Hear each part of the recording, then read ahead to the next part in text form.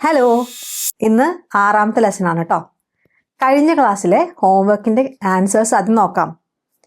തണുപ്പായിരുന്നു, അതുകൊണ്ട് ഞാൻ കോട്ട് ഇട്ടു. എങ്ങനെ പറയണേ? It was cold, so I put on my coat. Put on എന്ന് വെച്ചാൽ ധരിക്കുക. ഓക്കെ, പുട്ടിൻ്റെ പാസ്റ്റ് ടെൻസ് എന്താ? പുട്ടിൻ്റെ പാസ്റ്റ് ടെൻസ് പുട്ട് തന്നെയാണ് കേട്ടോ. അടുത്തത്, സിനിമ അത്രയ്ക്ക് നന്നായിരുന്നില്ല, എനിക്ക് അത്രയ്ക്ക് അത് ആസ്വദിക്കാൻ പറ്റിയില്ല അല്ലേ? പാസ്റ്റ് ടെൻസിൽ എങ്ങനെ പറയും? The film wasn't very good, I didn't enjoy it much. അപ്പോൾ എൻജോയ് എന്നുള്ള ആ വാക്ക് എൻജോയ് ചെയ്തില്ല എന്ന് പറയാൻ I didn't enjoy it much. അടുത്തത്, ലീസ തിരക്കിലാവുമെന്ന് എനിക്ക് അറിയായിരുന്നു, അതുകൊണ്ട് ഞാൻ അവളെ ഡിസ്റ്റർബ് ചെയ്തില്ല. എങ്ങനെ പറയും? എനിക്ക് അറിയായിരുന്നു ലീസ തിരക്കിലായിരിക്കുമെന്ന്. ഐ ന്യൂ അല്ലേ? ഐ നോ എന്ന് വെച്ചാൽ എനിക്കറിയാം, അറിയായിരുന്നു. I knew Lisa was busy, Lisa was busy അല്ലേ? അതുകൊണ്ട് so I didn't disturb her. Okay, കഴിഞ്ഞ വീക്കെൻഡ് നീ എവിടെയാണ് പോയത് എന്ന് ചോദിക്കാം. എവിടെയാന്ന് ചോദിക്കാൻ where did you go last weekend? Okay, നീ അവളെ കണ്ടില്ലേ? അതായിരുന്നു ചോദ്യം. എങ്ങനെ ചോദിക്കും? Didn't you see her? Didn't you see her? Okay, അവൾ ലണ്ടനിലായിരുന്നോ എന്ന് പറയും. അവിടെ ബിയുടെ ഫോമ വരിക. വാസ് ഷീ ഇൻ ലണ്ടൻ അല്ലേ? ഡിഡ് ഷീ ഇൻ ലണ്ടൻ അല്ല. തെറ്റിയിട്ടുണ്ടാർക്കെങ്കിലും നമ്മൾ എവിടെയാണ്, നമ്മുടെ പ്രൊഫഷൻ എന്താണ്, നമ്മുടെ ഐഡൻറ്റിറ്റിയായി ബന്ധപ്പെട്ടില്ല, വെജിറ്റേറിയൻ ആണോ ഇന്ത്യക്കാരനാണോ, ഇങ്ങനത്തെ എല്ലാ കാര്യങ്ങളും ബിയുടെ ഫോം വെച്ചിട്ടാണ് നമ്മൾ ചോദ്യങ്ങൾ ഉണ്ടാക്കുക അല്ലേ? Are you a vegetarian? Are you an Indian? Are you Malayali എന്നൊക്കെ ചോദിക്കില്ലേ? അല്ലെങ്കിൽ ഇസ് ഷീ വെജിറ്റേറിയൻ? ആയിരുന്നു എന്ന് ചോദിക്കാൻ was she a vegetarian? Okay, ഇംഗ്ലീഷിൻ്റെ കോഴ്സായിട്ട് ഞാൻ ഓഫർ ചെയ്യുന്നുണ്ട്. ഈ ഡിസംബർ വരെ അതിൻ്റെ ഫീ ഞാൻ മാറ്റിയിട്ടില്ല. അടുത്ത വർഷം മുതൽ ഫീ മാറും. കാരണം കോഴ്സ് ഹോസ്റ്റ് ചെയ്യേണ്ട പ്ലാറ്റ്ഫോം എല്ലാം വളരെയധികം വില കൂട്ടി. അപ്പോൾ എനിക്ക് വേറെ നിവൃത്തിയില്ല. ഞാൻ കുറച്ച് സ്റ്റുഡൻസിനെ എടുക്കാറുള്ളൂ, പക്ഷേ വളരെ പ്രൊഫഷണലായിട്ട് വളരെ എന്താ പറയുക, ഒരു നെക്സ്റ്റ് ലെവലിൽ ഇംഗ്ലീഷ് പഠിക്കാൻ വേണ്ടിയിട്ടുള്ള വളരെ പ്രീമിയം ആയിട്ടുള്ള കോഴ്സാണ് 90 ഡേ കംപ്ലീറ്റ് ഇംഗ്ലീഷ് കോഴ്സ്. നിങ്ങൾ പ്രൊഫഷണലായ ആൾക്കാരാണെങ്കിൽ, നിങ്ങൾക്ക് ലൈവിലൊന്നും ഇരുന്ന് പഠിക്കാൻ പറ്റില്ല, അങ്ങനെ ആൾക്കാരാണ് പൊതുവെ എടുക്കാറ്. ലോകത്തിൻ്റെ തന്നെ പല ഭാഗത്തു നിന്നുള്ള ആൾക്കാർ എടുക്കാറുണ്ട്. ഇന്ത്യയുടെയും പല ഭാഗത്ത് എടുക്കാറുണ്ട്. ന്യൂസിലാൻഡ് മുതൽ US വരെയുള്ള കുട്ടികളുണ്ട്.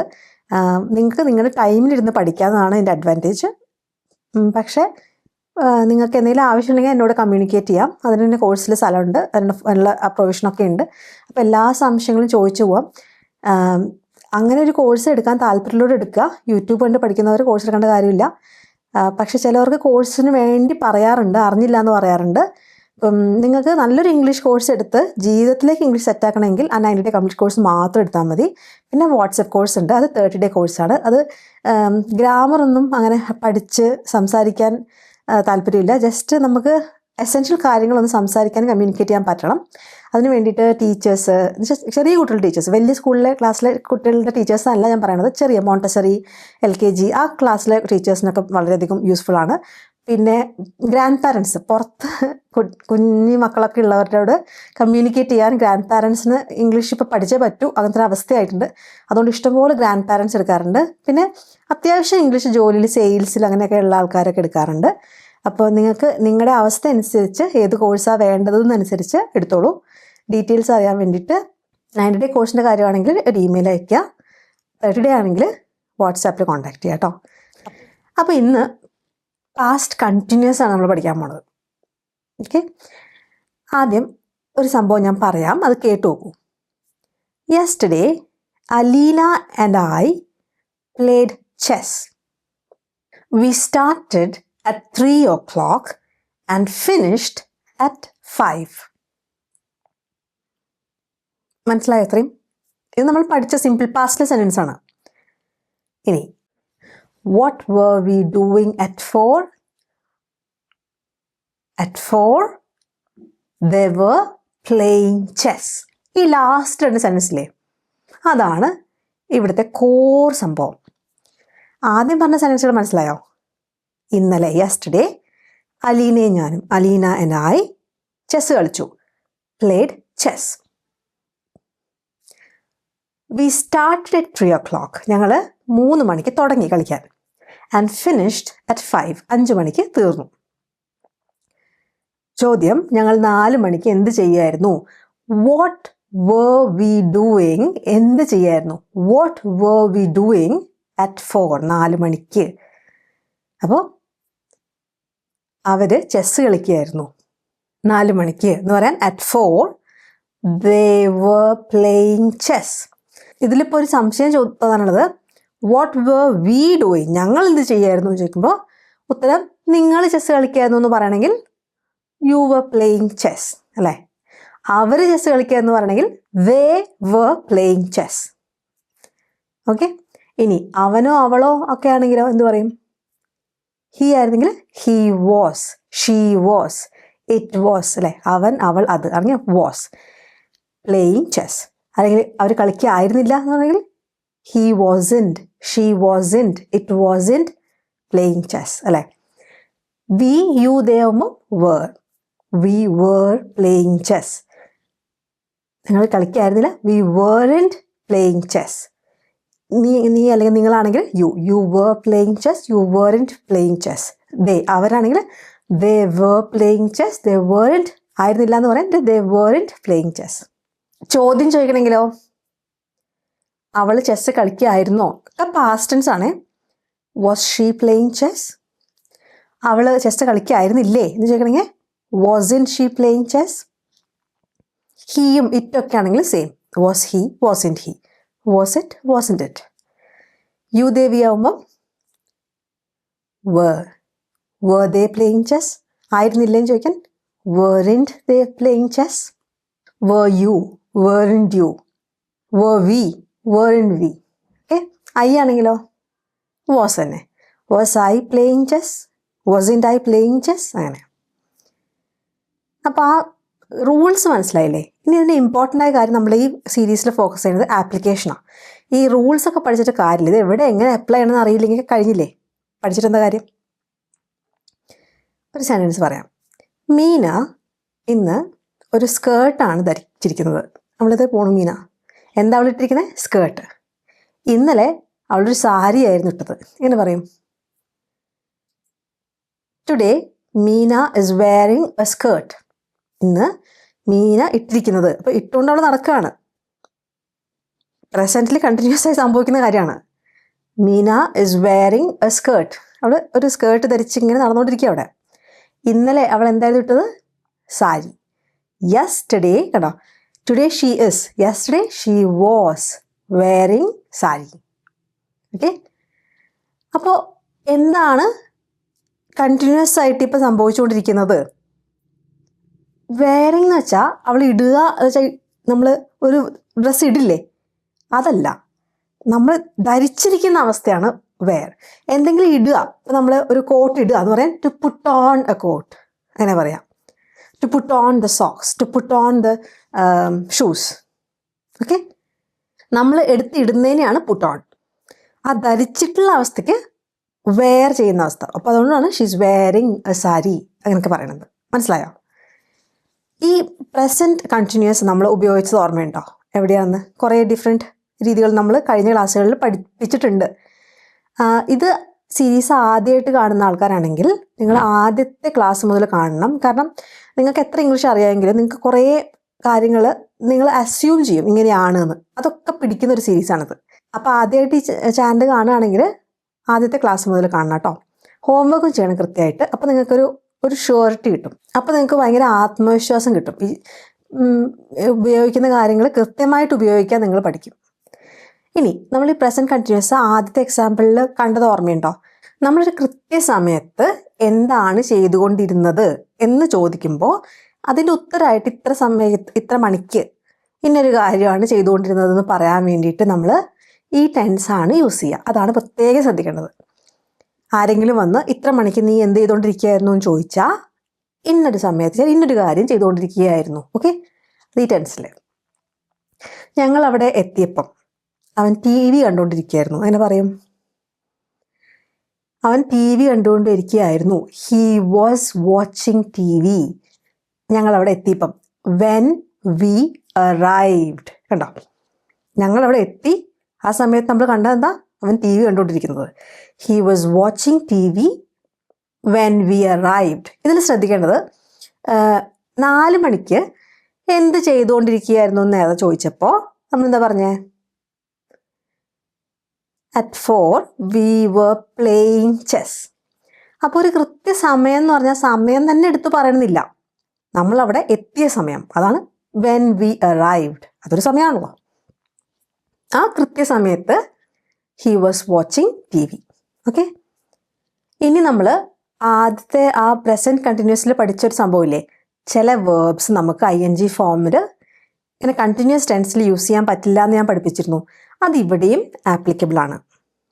ഓക്കെ, ആ വേർബ്സ് ഏതൊക്കെയാണെന്ന് ആ ക്ലാസ്സിൽ പറഞ്ഞ് നിങ്ങൾക്ക് ഓർമ്മയുണ്ടാവും. ഞാൻ വീണ്ടും എടുത്ത് പറയുന്നില്ല. അതെല്ലാം ഇതുമാതിരി കണ്ടിന്യൂസ് ടെൻസിൽ പ്രസൻ്റ് ആണെങ്കിലും പാസ്റ്റ് ആണെങ്കിലും ഉപയോഗിക്കാൻ പാടില്ല.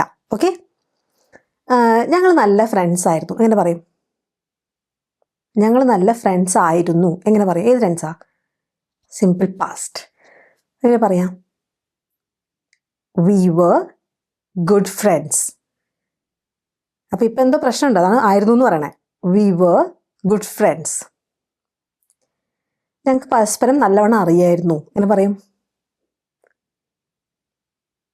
അറിയായിരുന്നു.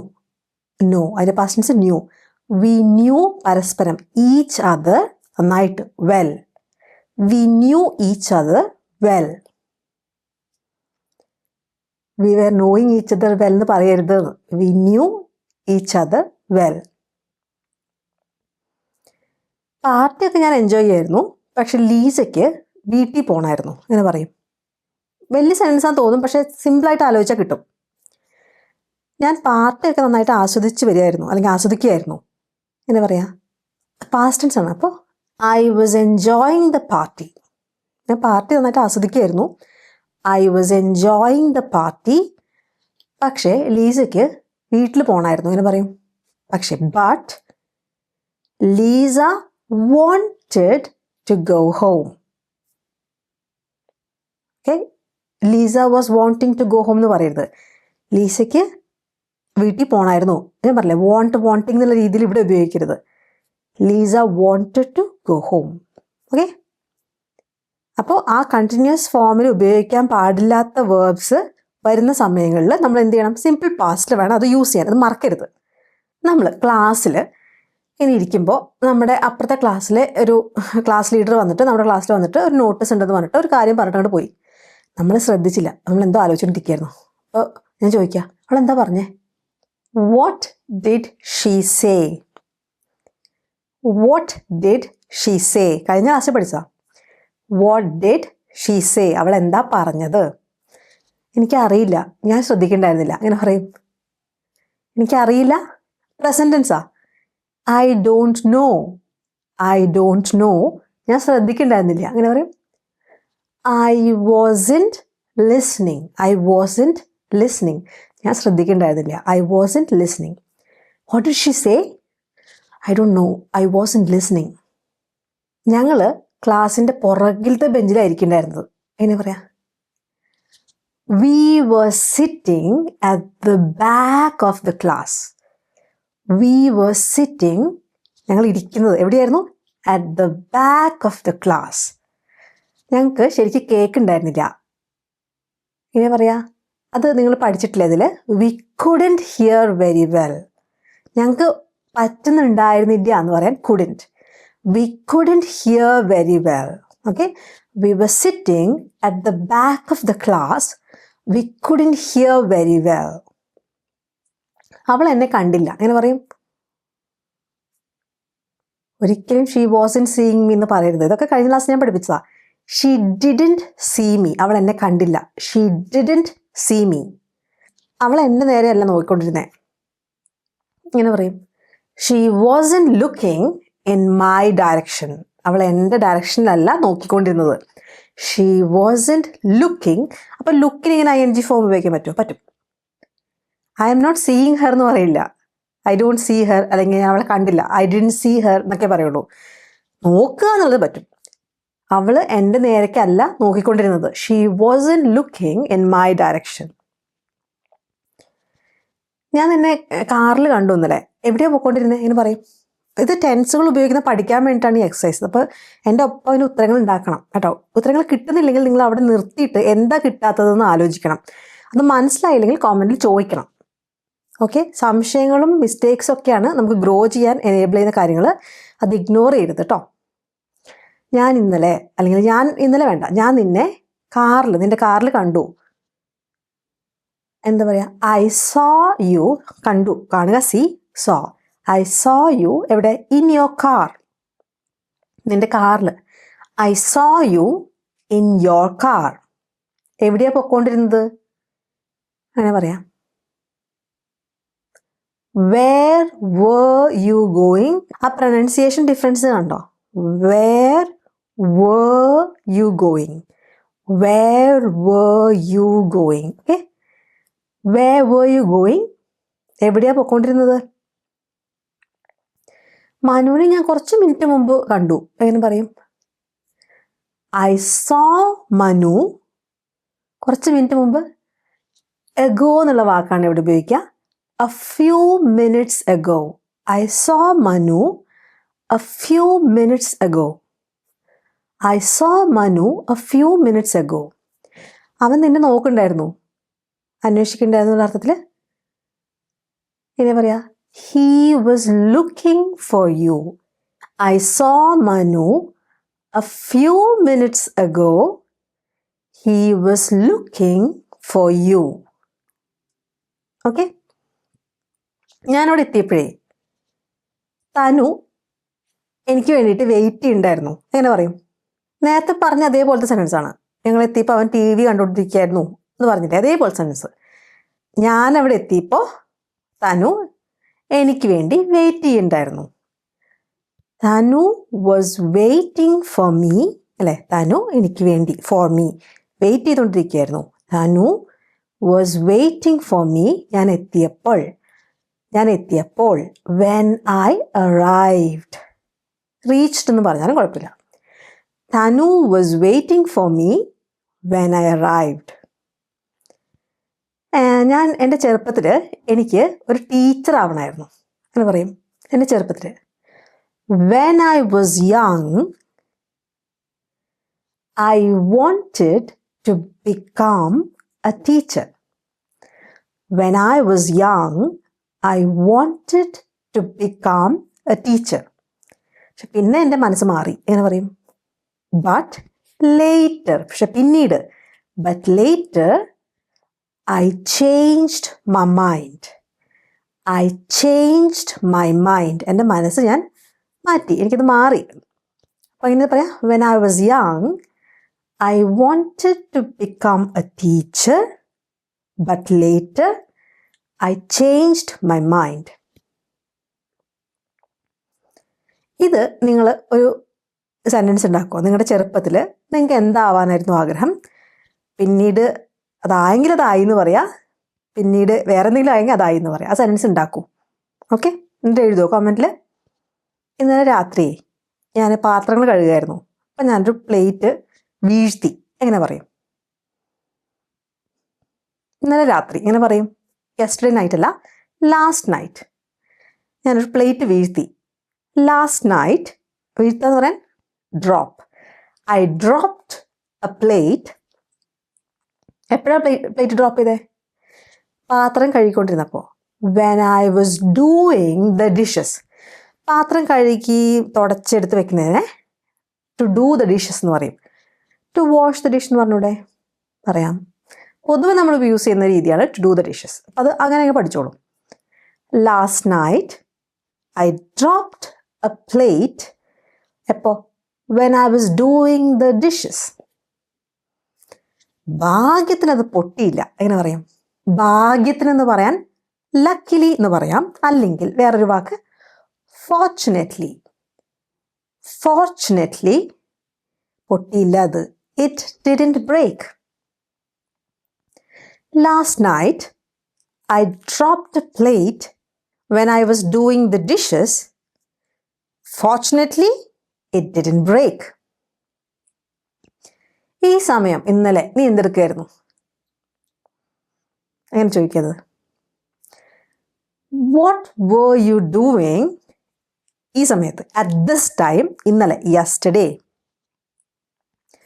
What were you doing at this time yesterday?